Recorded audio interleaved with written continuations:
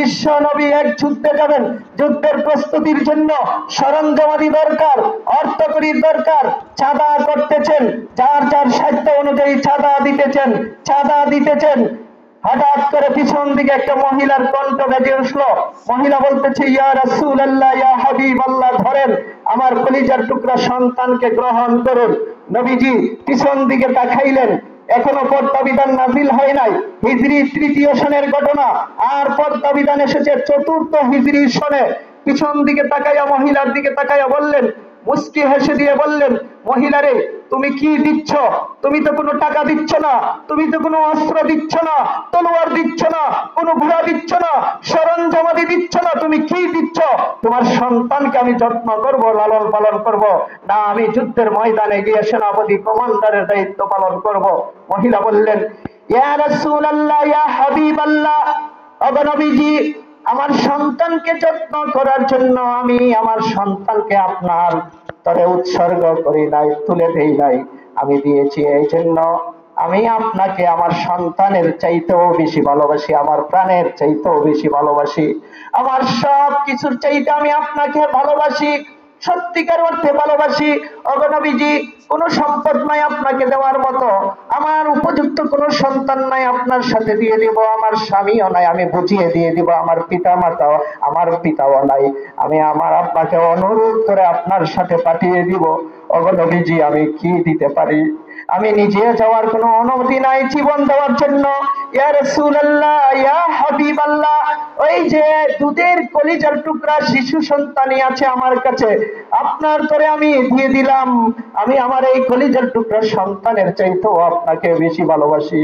ওগো নবীজি, আপনি যখন যুদ্ধের ময়দানে যাবেন, সেনাপতি কমান্ডারের দায়িত্ব পালন করবেন, আপনাকে টার্গেট করে চতুর্দিক থেকে বেঈমান কাফেররা তীর ফল্লম নিক্ষেপ করবে শেষ করে দেওয়ার জন্য।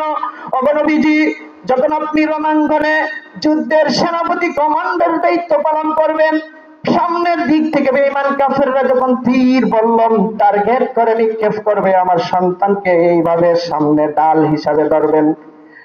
ডান দিক থেকে আক্রমণ আসবে যখন, ডান দিকে এইভাবে আমার সন্তানকে ধরবেন, বাম দিক থেকে যখন আক্রমণ আসবে এইভাবে আমার সন্তানকে বাম দিকে ধরবেন, পিছন দিক থেকে যখন আক্রমণ আসবে আমার সন্তানকে এইভাবে পিছনে ধরবেন।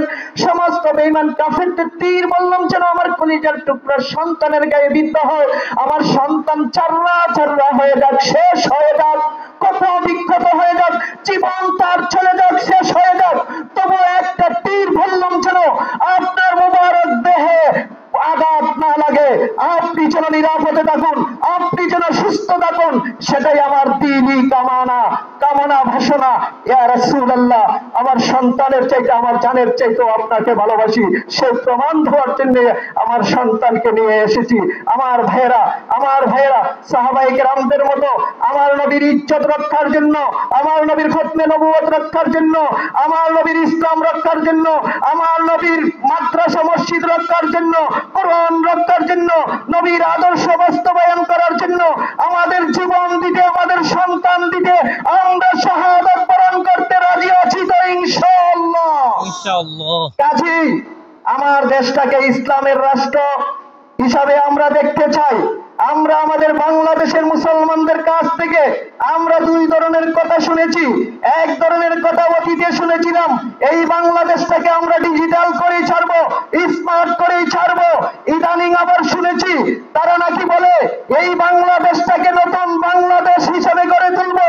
না, আমরা বিশ্ব নবীর খাঁটি উম্মত মুমিন মুসলমান হিসাবে আমাদের মুখের স্লোগান একটাই হবে, আমরা আমাদের নবীজির দ্বীন আদর্শ বাস্তবায়ন, তরিকা আদর্শ বাস্তবায়নের মাধ্যমে, ইসলামকে আল্লাহর জমিনে কায়েম করার মাধ্যমে এই বাংলাটাকে ইসলামের বাংলা হিসাবে গড়ে তুলতে চাই।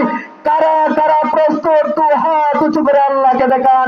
আল্লাহ কবুল করুন আমাদেরকে খাঁটি মহব্বত নবীজিকে দিয়ে নবীজির সাথে জান্নাতবাসী হওয়ার সৌভাগ্য নসিব করুক। সকলে বলি